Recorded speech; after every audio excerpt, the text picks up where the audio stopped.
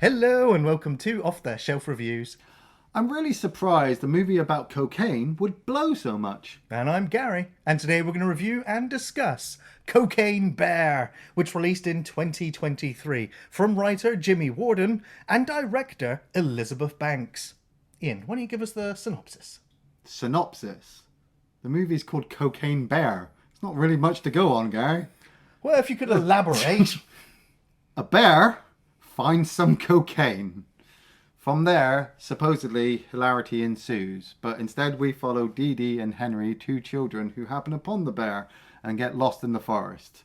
And then from there, hilarity ensues. Did it do the cocaine? Don't move a muscle.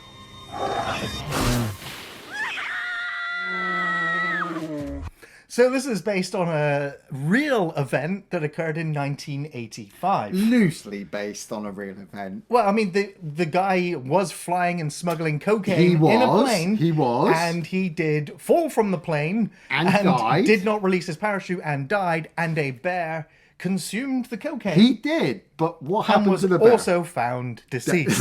Okay, yeah. However, the time between the bear finding the cocaine and it subsequently passing away, Yeah. no one really knows what happened in that time frame. Well, And so this movie has got you covered, based on true story.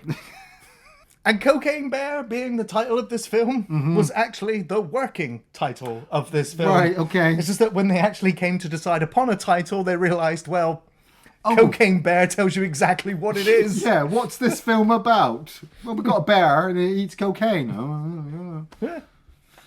yeah, I remember seeing the trailer for this and everybody got so excited and I was like, really? Like, we've Well, got... yeah, like the moment you've got cocaine/animal and it's got some money behind it, you're like, Asylum is this Pictures is real? releasing?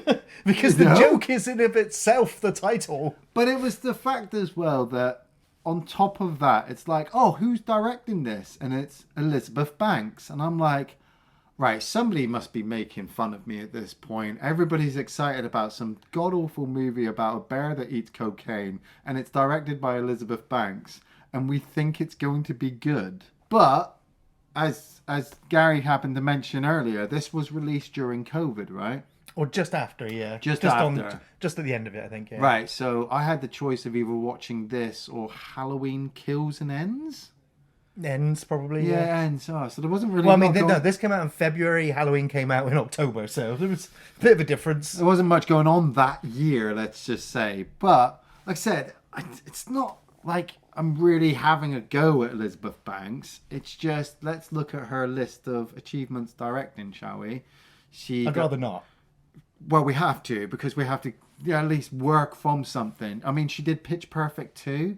You ever seen that? No. It's terrible, man. Don't ever. But, I mean... Okay. You know, Rebel Wilson and Anna Kendrick are in it, and they're pretty funny. She did Charlie's Angels with Kristen Stewart. Of course she did. She did. I think this was after Kristen had done Underwater. And I think that's where she really hopes Charlie's Angels will stay. Because I remember at the time, Elizabeth Banks was complaining that, you know, nobody wanted to watch strong female characters in the cinema anymore. And I was like... That's garbage. Yeah, we just don't want to watch Charlie's Angels. Right. And so, yeah, with Elizabeth Banks' name attached to it, I was like, okay, let's see where this goes. And, I mean, I waited for it to drop on Netflix before I watched it. I don't know anybody who actually went and watched it in the cinema. No. No. The movie starts all right. I mean, the DEA agent is in his plane. The music's kicking in. You know, he's so excited. He must be on cocaine. Well, he is. He's currently, like, helping himself. Yeah. And he's lobbing these bags out and he's getting ready to jump out the plane. And then he just bonks his head and falls. I was going to say, you know what? This is like a minute into the film. Yeah. It's like, okay, you've set the tone perfectly. We get the idea that now the cocaine has now been spread out throughout this entire national park. Yeah. Chattahoochee National Forest in Georgia in 1985. So all these bags are scattered among Blood Mountain, it's called as well. That's right, yeah. And we are now following this couple who are on the mountain going for a hike, talking about wanting to get married and having children and how she doesn't want her new husband's brother to play at the wedding. Like, the writing in this movie is shit. Yeah, there's nothing special here, but you know you're at the beginning of a horror. Yeah. So you know that this is the opening kill, right? You're just waiting for it to happen. And it does comically set it up where they're like, oh god, look, a bear. Oh, it's doing its thing in nature where it's rubbing its back up against the tree. Oh, yeah, Oh, yeah. but maybe this bear's got dementia because now it's headbutting the Headbutt tree. the tree, yeah. Let me have a look. Oh, wait a minute. Where's the bear gone? Oh, it's there and it's looking at us. Yeah. Whatever you do, don't Run! Oh no! Oh no! I said don't run! Stop! Stop! And so then they get chased and they're running. And we cut to that really crappy aerial shot where we can't see anything chasing them because obviously there's nothing there. They don't really have a bear. And then they stop and the bear grabs the girl and pulls her into a bush and kills her kind of off screen. Like, we don't see her die, but she's there because we can see the bush shaking. I feel like we're the we are the audience, and we've just been thrown a morsel, a bit of scrap, a bit of a foot. Like that's ours. I mean, dude, this is like the first kill in the movie and we don't see anything. Well, yeah, you've got to save it. You got to and build up the anticipation of seeing the bear kill someone. Can't just spoil it right away, like otherwise, yeah, you know, you're done. Spoil it. Yeah. It's a bear eating cocaine. Yeah, but you don't see the shark at the beginning of Jaws, do you? You just see the grisly remains. No, this is why I like Jaws too. But anyway, we then cut to Dee Dee, played by Brooklyn Prince, whose mum is a nurse and has to go to work and had promised to take Dee Dee up to Secret Falls. Now, oh God, like the setting up these characters and the writing was absolute bullshit because they're setting up the fact that mum and daughter don't really have much of a relationship because mum's always working, but mum's always working as a nurse so that she can actually get the time off proper so that she can spend it with her child. But at the same time, she's lonely, so she's having this thing with this other doctor because Dee Dee's dad. So I don't fucking care, okay? But the movie is trying to set this up, and it also doesn't really establish well how long they've lived here for. Do you need to know how long they've lived Well, there for? you do, because later on in the movie, I mean, Dee Dee is planning on going to Secret Falls behind her mum's back to paint the waterfall. So Dee Dee knows where she's going. But when mum needs to find Dee Dee in the movie, she has to go and find help from everybody around her who she doesn't really know to get her to this Secret Falls. So how does the daughter know exactly where she's going, and mum needs all the help from all these additional characters that we've got? I don't need the explanation, but the movie is putting these things in front of me to obviously make me inquisitive. For me, the film did the bare minimum to set up these characters because it is a comedy, and it didn't need to develop them beyond that because these are one-dimensional characters that will have zero growth. And you're exactly right when you go, she is a nurse and a mum. Because that's all she is. Yeah. That's all she will ever be in this film. Well, she turns into... For me, for this film, that is enough. They could have done more, but you don't want them to. I didn't want them to. The movie's called Cocaine Bear. Like you said, with Jaws, I really don't need to know Brody's backstory. It's just nice to have this little stuff there to flesh out his character. The writing in this doesn't flesh out anybody. Well, in comparison, they're just there to obviously get them to the point where they need the bear. Jaws is focusing primarily on Chief Brody. Yeah, his family and the people around him, but primarily on him from start to finish. With this, we focus on Dee Dee. Not just Dee Dee, we focus on Henry. We focus on Henry and Dee Dee, and also the mum and the drug smugglers and the police detective that's coming for him and his new apprentice and the park ranger and the park ranger's love interest and the three punks that hang out in the park. So we didn't need all of this establishment for them. Well, you don't, but I appreciate the film having this like collection of fodder for the bear. However, the bear will only actually get to some of them. The rest of them will kill each other. Yeah. Because like Gary said, we have Ray Liotta playing Sid, and he's involved with the DEA agent who's thrown out all this cocaine and needs the cocaine back. So he's asked David, played by O'Shea Jackson, to hook up with Alden Ehrenreich, who plays Eddie, and Eddie is Sid's son. Eddie is going through some relationship issues at the moment because his wife is dead. John? Yeah, John. Yeah, that's quite funny. But at the same time, I'm like, how did John die? How long were you together? I mean, they Cancer. Oh, right. Okay. Yeah. Yeah. And they've got a son, but Eddie has dumped his son in Sid's lap. So your dad's a drug dealer, and you can't handle the fact that your wife has died of cancer. You're just going to dump the son. Why do I need all this?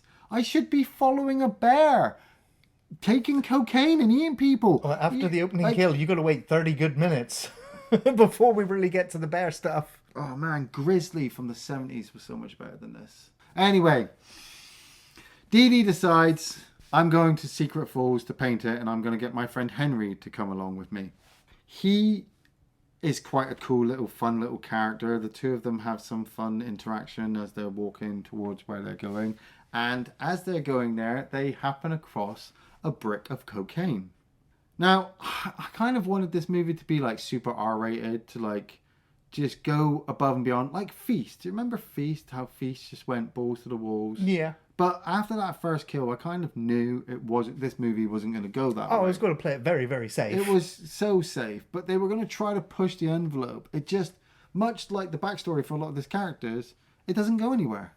Yeah. I mean, you literally have these kids sampling cocaine. Yeah. Yes, they have a reaction to it, which is probably quite normal. Yeah. And they don't like it. Yeah. But they did consume Some. quite a little bit there. And considering they're very small, you'd think it would have an effect on them. But it actually would have zero effect on them at all. Yeah. And I was like, well, maybe it's...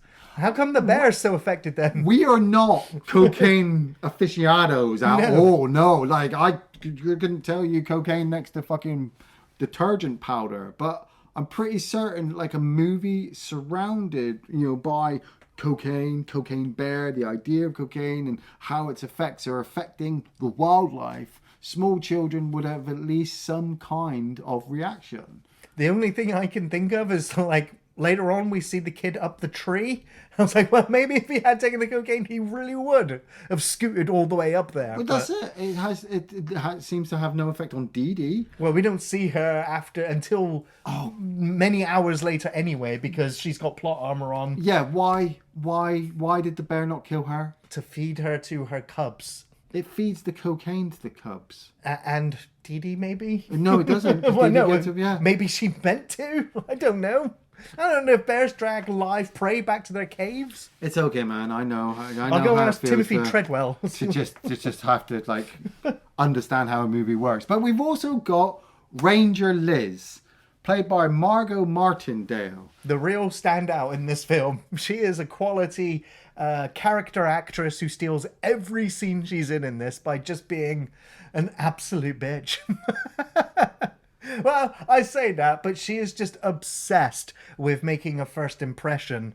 And so she gets very derogatory and very dismissive of Mum when she comes to find her kids. Because she's like, you're encroaching on my space. This was supposed to be date time with the wildlife expert. Yeah. This wildlife activist has come along and Ranger Liz is trying to get her end away.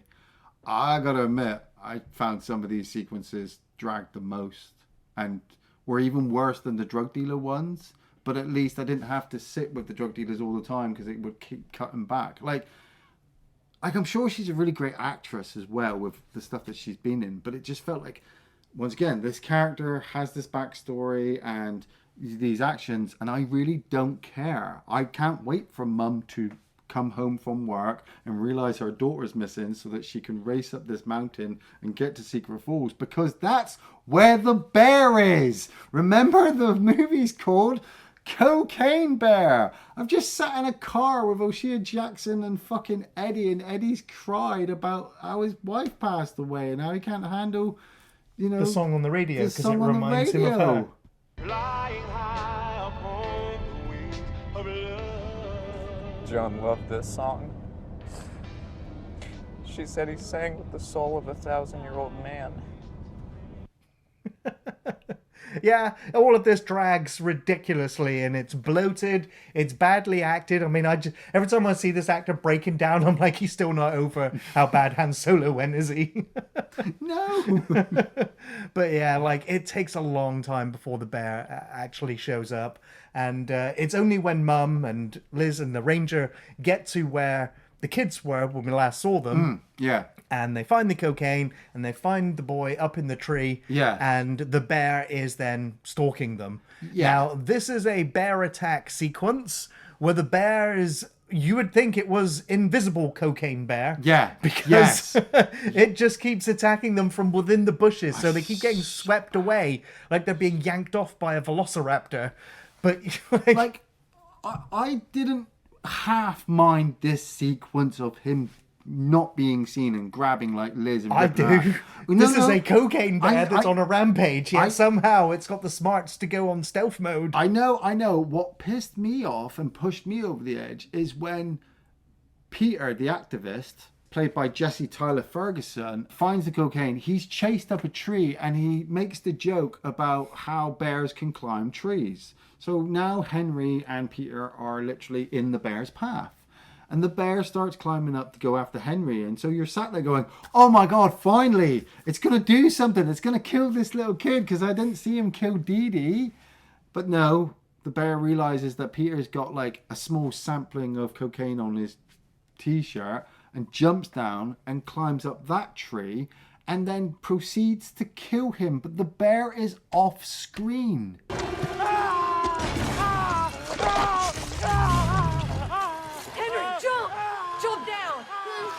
The majority of the budget for this film went to Weta's workshop in making the CGI bear. And I'm guessing they couldn't afford to have the bear in every scene in the film. So there's a lot of artistic camera angles where you can't see the bear because they couldn't afford the bear.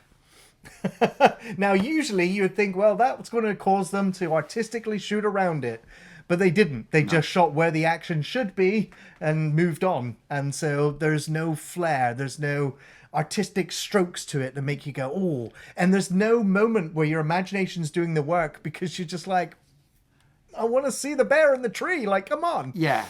It also feels like as well, like where most movies would have like some kind of scene consistency or continuity, you know, the flow and the pacing. This one, they were like, oh, we don't need to worry about that because the movie's called Cocaine Bear. It's a comedy. We'll just, you know, throw these sequences together. So we've just had this moment with Peter being killed and Ranger Liz getting her ass, you know, sliced. But it doesn't really have much of an effect, especially when Ranger Liz has to go back to her visitor center and she comes across the dude champs. I'm assuming these are just friends. Yeah, they're not like a family or anything, but we'd seen these three guys try to attack David in the toilet earlier, and he'd had to defend himself. That fight sequence was quite terrible. It really was terrible. It was really quite terrible. He comes across like one of these bricks of cocaine, so he grabs one of these guys and takes him off with him and Eddie so that they can find the bag of drugs so they can give it back to Ray Liotta, because obviously that's the plot. That's the plot of the movie. Yeah. Is that the plot of the movie? But I just, in terms of you talking about the pacing and the editing and how the scenes are stitched together, like during that sequence when like one of the ones he's beating up is like laid out against the urinal. Yeah. And then in the next shot, all three of them are in the cubicle together. Yeah. And then in the next shot, they've taken him back and then put him between the two toilets, urinals. yeah. And then they wake him up with water. And I was like, we've never once seen him move the body or move him around at all. So it's like, you're just supposed to imply that this happened off screen. Now, in other movies, yeah, you can get away with doing that. But this film does it so much. And it almost like it doesn't really give you a sense of passage of time. No. It just feels like mistakes in this film instead of intentional. Yeah. And I've also got to take the time to bring up Isaiah Whitlock Jr., who plays Detective Bob Springs. Now, I was so happy to see that he was in this film and so disappointed at how underutilized he was. Yes, I wholeheartedly, massively agree with that. Like, Detective Bob comes across the evidence that obviously the DEA agent has killed himself and all this cocaine is spread across Georgia. And so he takes it upon himself to head down to Georgia and asks his work colleague to look after his dog that he's just got and he brought to work with him. Like, why? Like, it's like each character had a backstory and they just filmed the backstory and then thought, oh, maybe we'll edit it out later, and just didn't because they realized they couldn't afford the bear, so they needed all this extra padding crap. And so Detective Bob decides that he's going to head to Blood Mountain and head around, and as he's investigating, he happens to cross this gazebo in the middle of the fucking mountain. In the woods, yeah, in the forest. Woods. I mean, that's what like the second and third act of this film does devolve into, is just a bunch of people wandering around the forest, all looking for cocaine or for kids or the bear. Yeah. And it's kind of trite. It's kind of boring and it's kind of dull because the dialogue is not that exciting. The characters, as we've said, are one-dimensional with very placid backstories that don't really impact or motivate in any real way. Yeah. So there's no real like threads or plots that can be twisted later to come. Yeah. It's just standard fare. And it's like we've got this whole sequence as well. We've got Eddie, David, and one of the gang members making their way to the gazebo as well. And they're talking about 20 questions because, you know, Eddie wants David to open up more. And it's like it's kind of like borderline buddy, you know, comedy road trip kind of stuff, and it honestly feels like if you took those two characters and put them in like a completely different movie, it'd be really cool. You're following those two; they're the main characters. But in this movie, with everything else going on, you're like, I don't fucking care. I want a bear fueled by cocaine. And so you've got Ranger Liz, who heads back to her visitor's center, and she's telling the two gang members in there who have been beaten up about this cocaine bear, and the cocaine bear turns up. And so Ranger Liz accidentally shoots one of the guys in the head. Yeah. That's a fucking bear.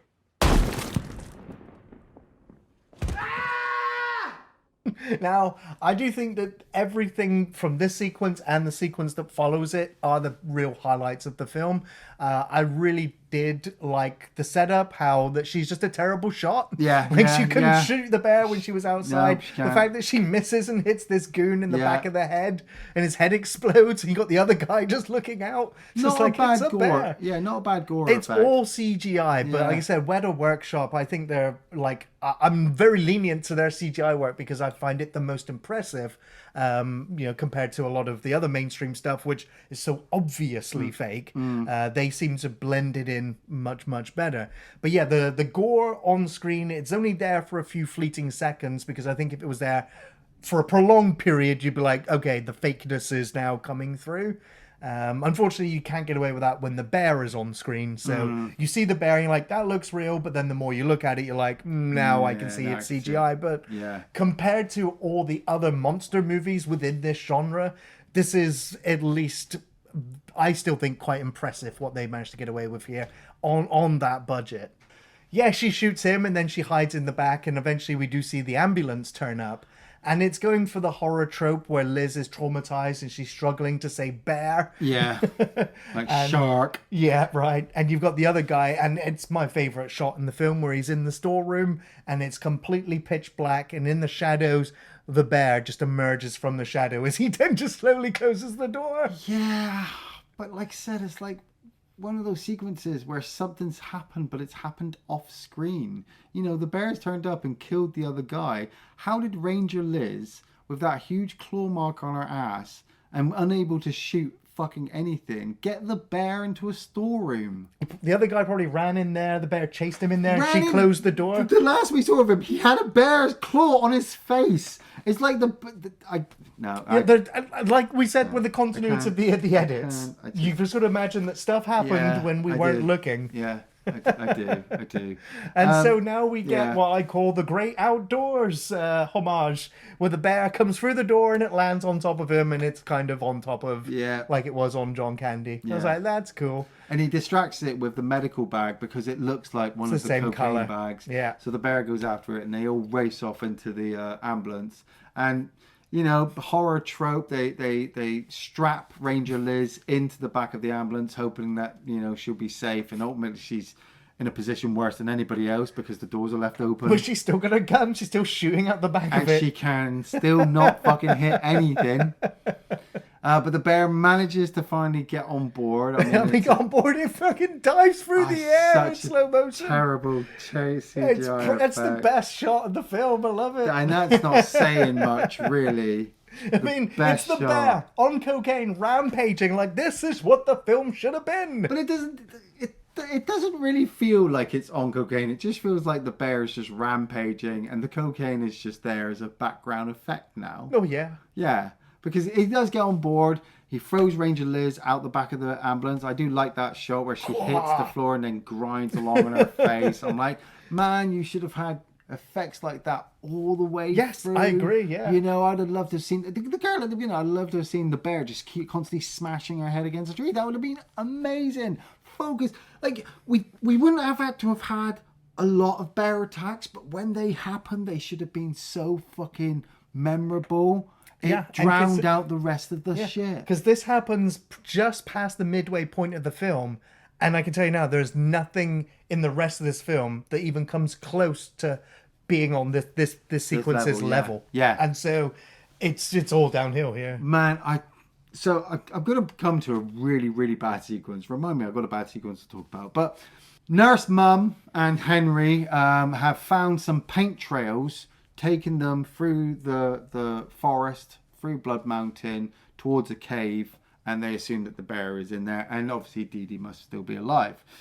David and Eddie and their gang member have come across Detective Bob, who is on top of the gazebo looking for the bag of cocaine. Now, and once again, it's happened off screen, where the only way he could do that was to climb up a tree and then jump from the tree branch to the top of the gazebo. But now he can't get down.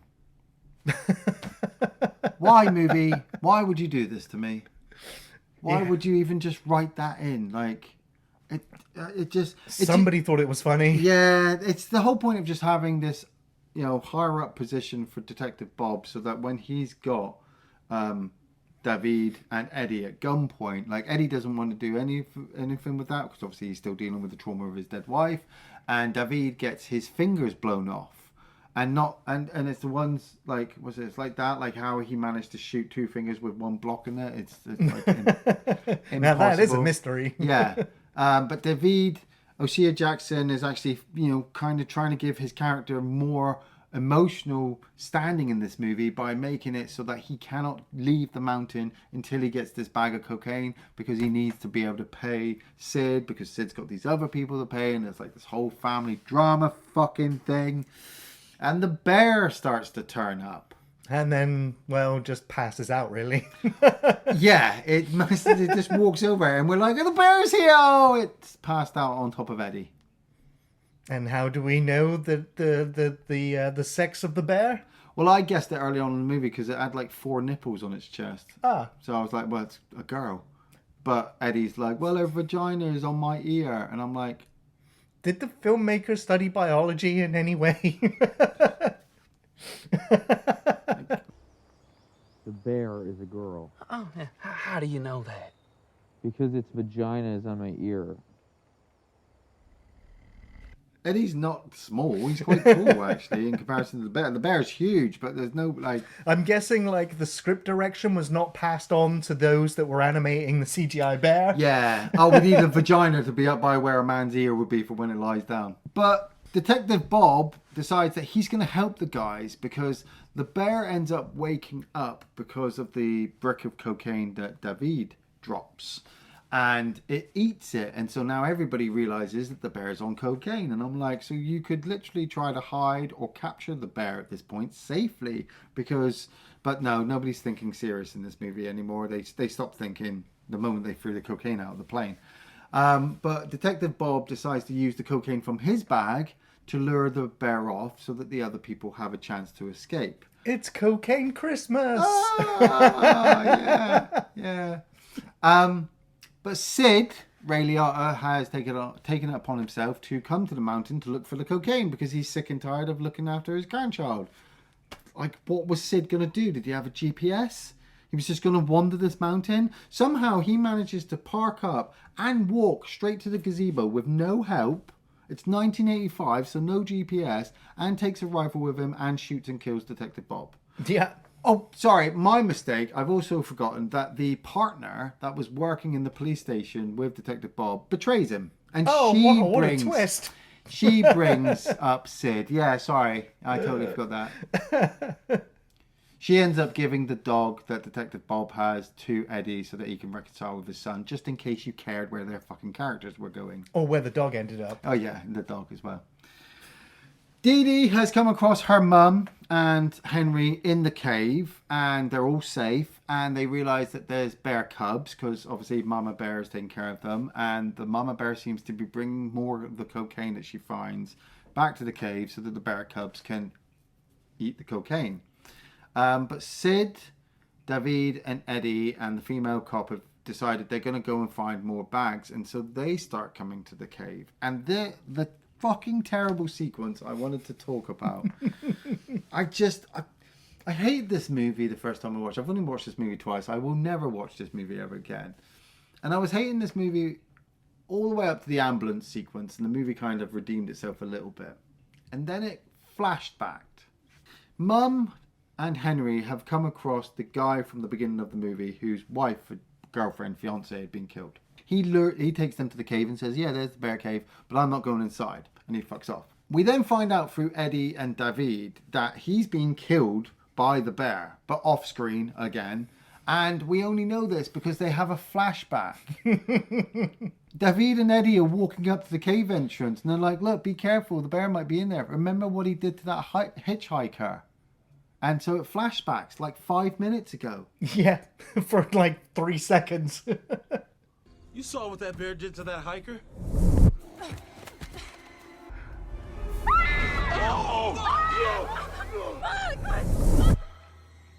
Yeah, just a quick 3 seconds where the female cop trips over a body and falls and sees the body. There was another moment in the film as well where it had this absurd moment. I was like, I wish the film had leaned more into the absurdity. Yeah. Where he's just like, yeah, we were all going to move to New York, and it does a quick flash. And it's him with his 2 dead friends, one holding the decapitated head, the other one with a bullet in his head. Yeah. And he's just like, yeah, we're all going to move to New York, maybe start a band. Yeah. And then it cuts again. I was like, what was that moment? Yeah, I totally forgot about that. Some more weirdness, please. Yeah. And then when I saw it the second time, I'm like, did that happen? Is that been added? Yeah. Is this the director's cut?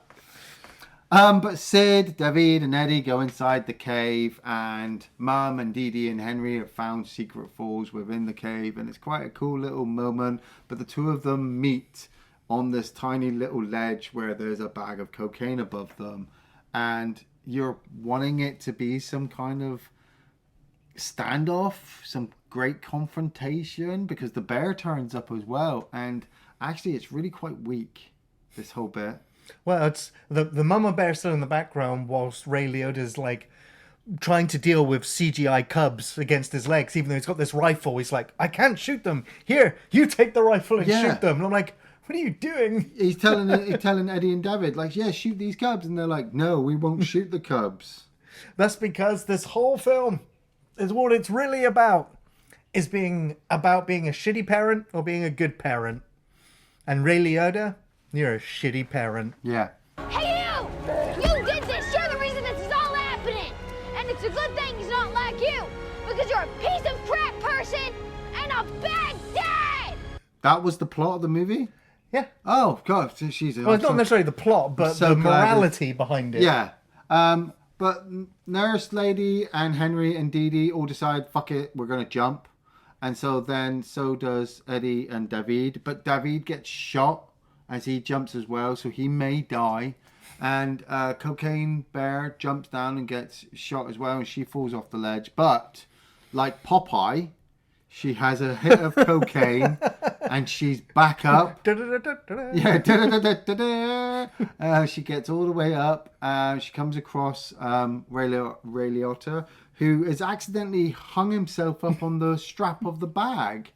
and she guts him open, doesn't she? Yeah, his intestines spew out. He falls over, and the cubs run away with his intestines. Yeah. Before he falls off the cliff face.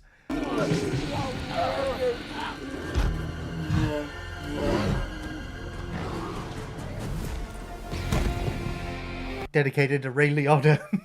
Thanks for all the movies, Ray. That was his last ever filming performance. Yeah. Goodfellas, Narc, Copland. Man, no escape. Yeah. On the prison island. Oh my God, there are all so good movie roles. This, not so much. Nurse Mum, Henry, and Dee Dee have survived. Yeah. And she's not even mad that the kids tried cocaine. She might not even tell Henry's parents or anything. You know, they're just walking off happy. David and Eddie get together. David is kind of surviving, and Eddie gets given the dog by the female cop. Yeah, and they decide that they're actually best friends now as well. Yeah. Oh. And that's it. Happy Well, ending. Well, it is a happy ending because Cocaine Bear Mum has Cocaine Bear cubs, Yeah. and they get spotted by two hitchhiking people again, and so they decide they're going to eat them, I suppose. Yeah. All's well that ends well. All's well in nature. Yeah.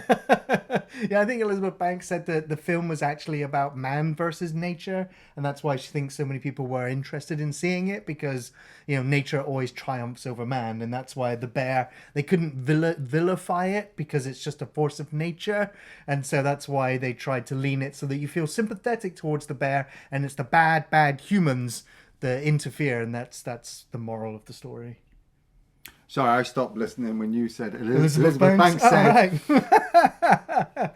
Well, Ian, what are your favourite scenes? Nah, I'm good. All right. I am good. I have just sat through and retold you everything that happens in the movie, and I didn't enjoy any of them. So I will. okay. The ambulance scene, it was the best sequence in the whole film because it felt like an actual sequence of events that played out in a relatively believable manner compared to the terrible cutting of the other scenes in the film. The bear coming out of the storeroom from the shadows was really, really cool. The scene with the door coming down on top of the paramedic, I like that. The bear chasing them out the back of the ambulance as they're trying to get through the park and swerving, missing shots until the bear dives into the back. Watching the gore as the paramedic's arm gets torn up and it's flapping around as he's struggling in the back, and then watching Ranger Liz fly out the back of the ambulance and skid across the tarmac was... That's a horrendous way to go. And I almost believe that she may have survived just so that they could continually punish this character for some reason. I would have liked that at the end if she'd said, like, still help, been alive. like, Yeah. help, as they walk past, and they didn't hear her. Yeah. That would have been a great joke. Unfortunately, that didn't happen. Yeah, this film's lacking great jokes. Yeah. There is a sequence that did make me laugh. I actually rewound it because I want to watch that again. And that's after the bear has mauled someone and there's cocaine over the severed limbs. And the bear literally does a line of coke off the severed leg before it walks off. And it's like, that's brilliant. The bear right after the opening title sequence where it's like, cocaine bear, title. And then it's like, ooh, butterfly. Yes. What? Yeah. Cocaine Christmas! Like, it's the slow motion as the cocaine's falling down from the top of the gazebo and the bear's just there like, this is the best day ever. Yeah. But yeah, the bear literally had the best performance, I think, in the whole film. The best acting scene goes to the bear. Best dialogue goes to the bear. Mm-hmm. Really authentic, really believable, and so I totally believe it was based on a true story. Nice. And do you recommend Cocaine Bear? I cannot recommend Cocaine Bear, and maybe this is on me. Maybe I've been spoiled by good films, good comedies. I've watched Dreg. I've watched shit. I've watched Sharknado and Sharktopus and fucking, movies where stupid animals do stupid things. And I really expected a lot more from a movie called Cocaine Bear. Instead, what I got was Dee Dee and Henry's adventures while David and Eddie talk about their problems, and Ranger Liz. That's what I got, because when the bear turns up, it's very short, it's very few. The sequences, like Gary said, the ambulance sequence is ultimately the best sequence in the movie, and they should have kept that tone every time the bear was on screen. You could have kept the same minimum time that you have the bear in, but when it hits, it's supposed to fucking hit hard. You know, when you compare it to other monster movies, like, man, the Deadly Spawn with all of its problems makes Cocaine Bear look like a, you know, just it pales in comparison to the Deadly Spawn. I'd even say Chud. Like, it's either this or Chud, and I'm way in towards Chud. Because at least Chud, when you don't see things, you feel the impact. In this, something happens and it literally just doesn't matter when the next sequence comes along to finish it or to finish the editing. No, I can't watch it. Elizabeth Banks, please, for my own sanity, stop directing films. Yeah, I'm going to recommend Cocaine Bear. Because it could be worse. It could be Meth Gator. It could be Cocaine Shark. It could have even been Crack Coon. Have you seen all of these movies? No. We have to watch these movies. No, now. we don't. Yes, if we you do. didn't enjoy this, you're not going to enjoy those. We need a measuring stick. So I'm only tentatively going to be recommending Cocaine Bear, as it's a very small recommendation because it's somewhat entertaining with some cool gore and only a few laughs with some memorable scenes. The film really shines whenever the bear is rampaging or chasing someone or playing up the cocaine angle, and the CGI is fairly good and convincing enough. Now, if it was the focus of the film, I'd enjoy this much more, but the majority of the time is spent following an abundance of one-dimensional characters wandering around the woods with some mediocre acting and a script that really doesn't live up to the film's title. It's a film that straddles the line of comedy and horror, but doesn't fully deliver on either. Almost played it safe, and it gets very dull very quickly.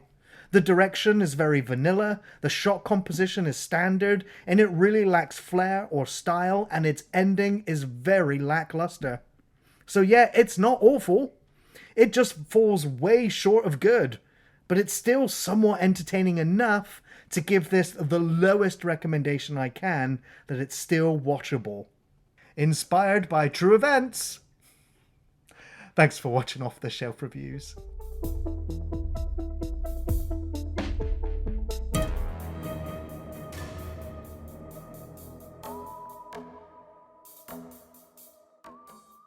We're planning on moving to New York City together.